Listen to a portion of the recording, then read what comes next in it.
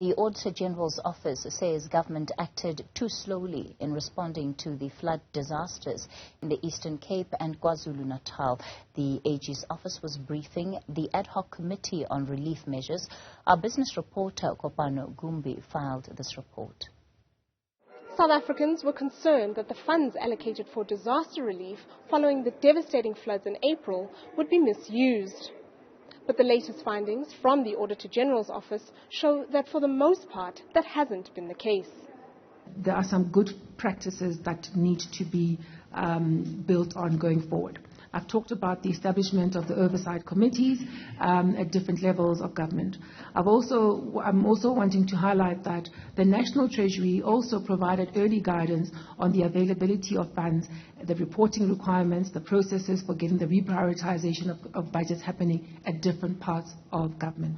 That's something that can be built on going forward as well.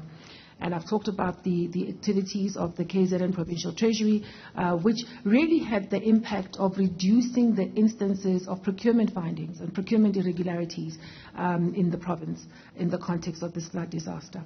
We've also been quite impressed with the social relief processes, where that sector heeded many of the findings we had in the context of the COVID-19 audits.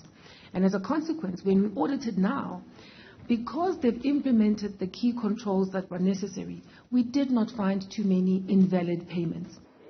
Of greater concern for the office is the slow rate of implementation of government-led initiatives.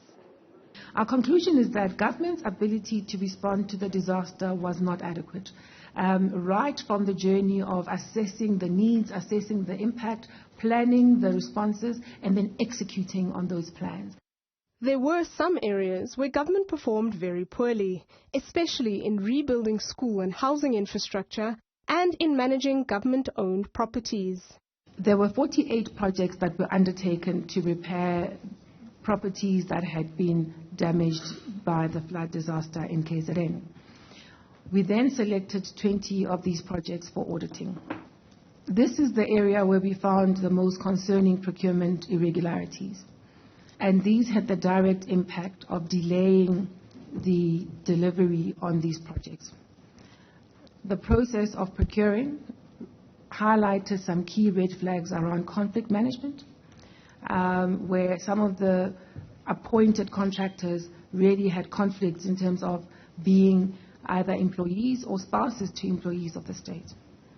We also found that as part of the supply chain management processes, there were instances where you would have one director own 3 companies and still be awarded a contract separately. So 3 awards to each of these companies, but owned by one director. But because the procurement management controls were not in place, that was not picked up and that was not attended to in the way that it should have. We also found that there were instances where quotations for work were received after the work had started. The real-time audit will continue as the funds are dispersed throughout the year. For Newzroom Afrika on Channel 405, I am Kopano Gumbi in Pretoria.